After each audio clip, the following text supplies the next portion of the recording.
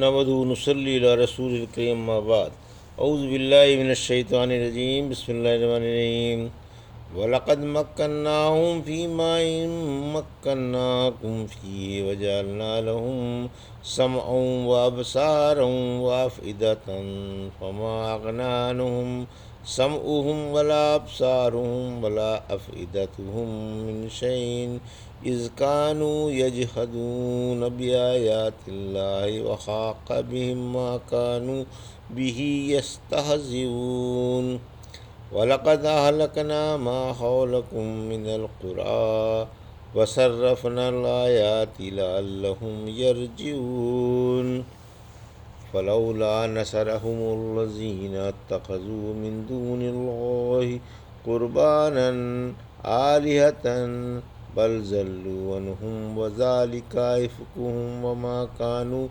يفترون وإذ صرفنا إليك نفرا من الجن يستمعون القرآن فلما حضروه قالوا أنصتوا فلما قضي ولوا إلى قومهم منذرين۔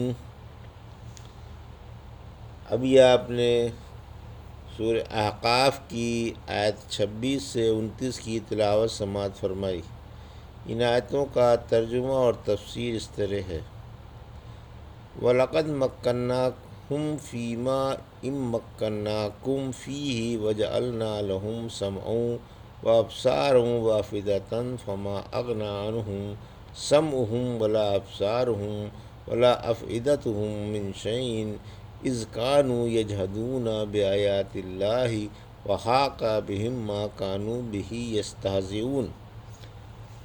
آیت 26: وَلَقَدْ أَهْلَكْنَا مَا حَوْلَكُم مِّنَ الْقُرَىٰ وَصَرَّفْنَا الْآيَاتِ لَعَلَّهُمْ يَرْجِعُونَ۔ آیت 27: فَلَوْلَا نَصَرَهُمُ الَّذِينَ اتَّخَذُوا مِن دُونِ اللَّهِ قُرْبَانًا آلِهَةً بل ضلوا عنهم وذلك إفكهم وما كانوا يفترون۔ آیت 28۔ ترجمہ: بلا شبہ ہم نے انہیں وہ قدرت دی تھی جو تمہیں نہیں دی، اور ہم نے انہیں کان، آنکھیں اور دل دیے، لیکن ان کے کانوں، آنکھوں اور دلوں نے انہیں کچھ فائدہ نہیں دیا جب وہ اللہ کی آیتوں کا انکار کرنے لگے، اور جس کا وہ مذاق اڑایا کرتے تھے اسی نے انہیں آ گھیرا۔ ہم نے تمہاری نواحی بستیاں تباہ کر دیں، اور ہم نے نئے نئے طریقوں سے اپنی نشانیاں بیان کر دیں تاکہ وہ نافرمانیوں سے باز آ جائیں۔ پھر ان کی انہوں نے کیوں مدد نہیں کی جنہیں انہوں نے اللہ کے علاوہ اللہ کا قرب حاصل کرنے کے لیے اپنا معبود بنا رکھا تھا، بلکہ وہ تو ان سے گم ہو گئے۔ یہ ان کا جھوٹ و افطرا تھا۔ یہ تھا ترجمہ سورہ احقاف کی آیت 26 سے 28 کا تفسیر۔ آیت 26: بڑی بڑی قومیں عذاب سے غارت ہوئیں، یعنی سابق امتوں کو جس قدر ساز و سامان اور دولت و ثروت دی گئی ہے، تم تو ان کے پاسنگ بھی نہیں۔ انہیں بھی ہم نے کان، آنکھیں اور دل دیے تھے جن سے انہوں نے حق کو نہیں پہچانا اور انہیں رائیگاں کر دیا۔ جب انہوں نے ہماری آیتیں ٹھکرا دیں اور عذابوں پر پھپتیاں اڑائیں تو ان کی دولت و عزت انہیں کچھ کام نہ دے سکی، اور ان ہولناک سزاؤں نے انہیں چاروں طرف سے آ گھیرا جن کا مذاق اڑایا جاتا تھا۔ تمہیں ان کے واقعات سے عبرت حاصل کرنی چاہیے، کہیں ایسا نہ ہو کہ تم بھی انہی کی طرح پکڑے جاؤ اور بے نام و نشان کر دیے جاؤ۔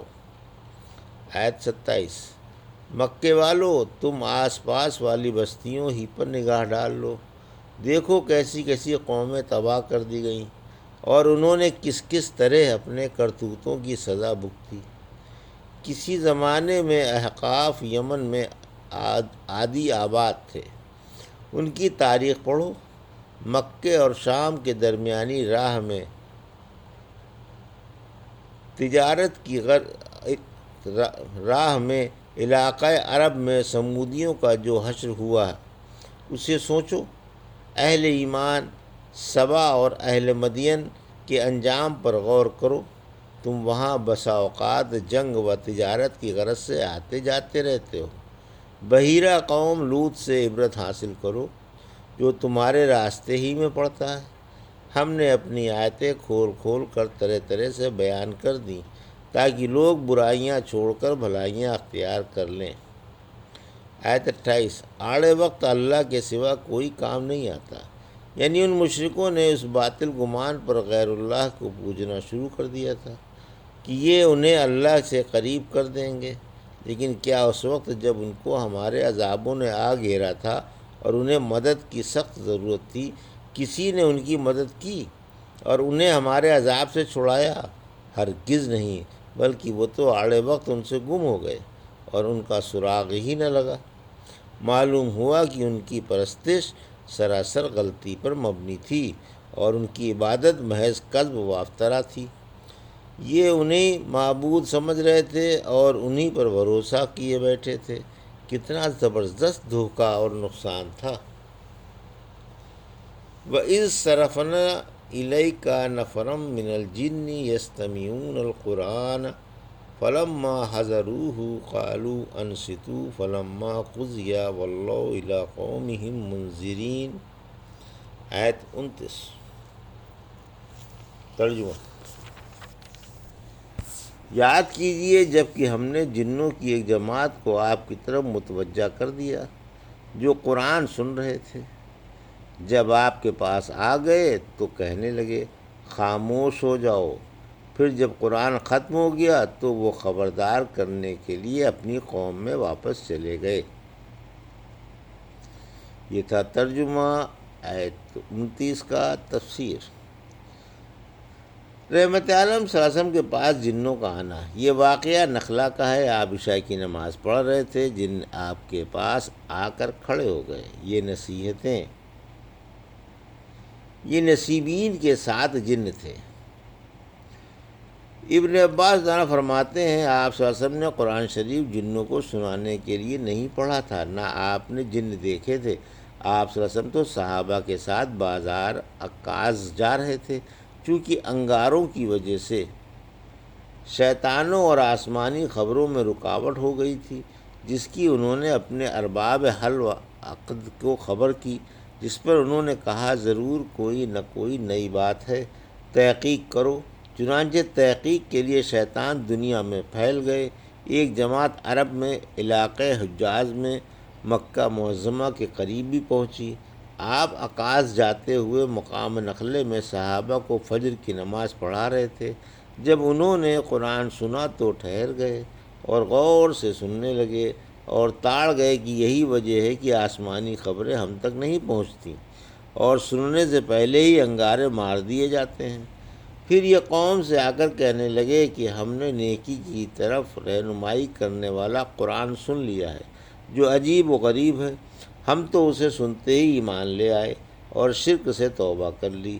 آپ کو اس واقعے کی خبر سورہ جن میں دی گئی۔ جن وہی سننے کی کوشش کیا کرتے تھے اور جب اتفاق سے کسی بات کی بھنک ان کے کان میں پڑ جاتی تو اس میں 10 جھوٹی باتیں ملا کر کاہنوں کو خبر دیا کرتے تھے۔ جن میں سے ایک بات تو سچی نکلتی ہے، اس سے پہلے ان پر انگارے نہیں پڑتے تھے۔ رحمت عالم صلی اللہ علیہ وسلم کی بات کے بعد وحی کی حفاظت کے لیے جنوں کو انگاروں سے مارا جانے لگا۔ جب یہ وحی سننے کے لیے پہنچتے تو فوراً ایک شعلہ گرتا اور یہ بھاگ آتے۔ انہوں نے ابلیس سے شکایت کی، اس نے کہا کوئی نئی بات ضرور ہے۔ آخر اس نے تحقیق کے لیے چاروں طرف شیطان دوڑا دیے۔ عرب کی طرف جانے والے شیطانوں نے آپ کو نخلے کے دونوں پہاڑوں کے درمیان صحابہ کرام کو نماز پڑھاتے ہوئے دیکھا اور ابلیس کو جا کر خبر دی۔ اس نے کہا یہی وجہ ہے جو یہ احتیاط بڑھتی جا رہی ہے۔ آپ کو جنوں کے آنے کی خبر بھی نہ تھی، پھر بعد میں وحی کے ذریعے خبر ہوئی۔ ابن اسحاق نے آپ کے سفر طائف کا پورا واقعہ لکھا ہے اور یہ دعا بھی نقل کی ہے جو آپ نے کبید خاطر ہو کر اس جگہ مانگی تھی۔ اللہم الیک اشکو، اے اللہ میں اپنی کمزوری اور بے سر و سامانی کی شکایت صرف تجھ سے کرتا ہوں۔ اے ارحم الراحمین، تو بڑا رحیم و کریم ہے، تو ہی کمزوروں کا آقا اور میرا مربی ہے۔ اے اللہ، مجھے کس کے حوالے کر رہا ہے؟ کیا تو مجھے عاجز کرنے والے دور کے دشمن کے یا قریب والے دوست کے حوالے کر رہا ہے، جسے میرے بارے میں تو نے اختیار دے دیا ہو؟ مجھے اپنے اس دکھ کی بالکل پرواہ نہیں، بشرط یہ کہ تو مجھ سے راضی رہے، لیکن اگر تو مجھے عافیت اور سلامتی سے رکھے تو یہ میرے لیے آرام دہ ہے۔ میں تیرے رخ انور کے ساتھ، جس سے تمام اندھیرے مٹ جاتے ہیں اور جس پر دینی اور دنیوی تمام کاموں کا دار و مدار ہے، اس بات کی تجھ سے پناہ مانگتا ہوں کہ مجھ پر تیرا قہر و عتاب نہ اترے۔ مجھے تو تیری ہی خوشنودی مطلوب ہے، اور نیکی اور بدی کی طاقت تیری ہی مدد سے ہے۔ طائف سے واپس ہوتے ہوئے آپ نے نخلے میں رات گزاری، اور اسی رات قرآن پڑھتے ہوئے نصیبین کے جنوں نے آپ سے قرآن سنا۔ آپ صلی اللہ علیہ وسلم کا طائف کا سفر ہجرت سے 1 یا 2 سال پہلے کا ہے، جب آپ کے چچا ابو طالب کا انتقال ہو چکا تھا۔ ابن ابی شیبہ میں 9 جن بتائے گئے ہیں، جن میں سے ایک کا نام زوبہ بتایا گیا ہے، انہی کے بارے میں یہ آیتیں اتری۔ اس آیت سے اور ابن عباس اس طرح والی روایت سے معلوم ہوا کہ پہلی مرتبہ جنوں کی موجودگی کا آپ کو علم نہ تھا۔ جب ان کے گروہ وفد کی صورت میں حاضر خدمت ہوئے تو ان کا آپ کو علم تھا، جو بات کا واقعہ ہے جس کا ذکر مسلم شریف میں ہے۔ یہ تھا سورہ احقاف کی آیت 26 سے 29 کا ترجمہ اور تفسیر، جو بھی آپ نے سماعت فرمائی۔ بارک اللہ لی و لکم فی القرآن الحکیم و نفعنی وایاکم بآیات الذکر الحکیم۔